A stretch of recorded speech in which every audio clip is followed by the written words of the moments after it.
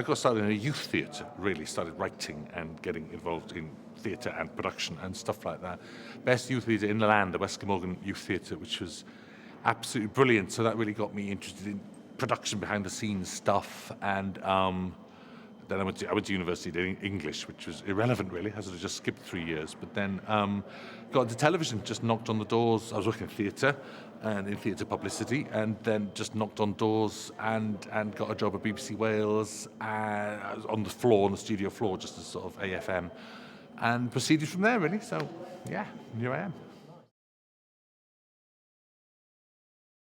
It sounds like a cliche, but it's true. The biggest influence on me was Doctor Who. I absolutely loved it. I can remember it from when I was like 2 years old, certainly from 3 years old, and I really loved it all my life. And I genuinely, properly sort of understood roles in television from that, because there was a lot of, through the fan world and stuff like that, you'd understand what a script editor is and what a writer's role is and the difference between a producer and director that a lot of people don't understand. From quite a young age, I was into all that.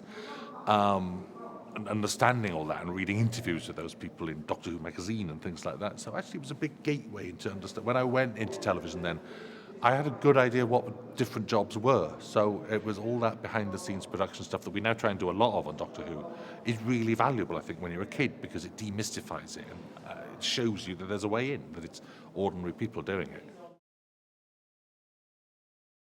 I suppose in terms of that being a mentor, then I suppose the closest to that is Paul Abbott, actually, who's finest television writer in the land.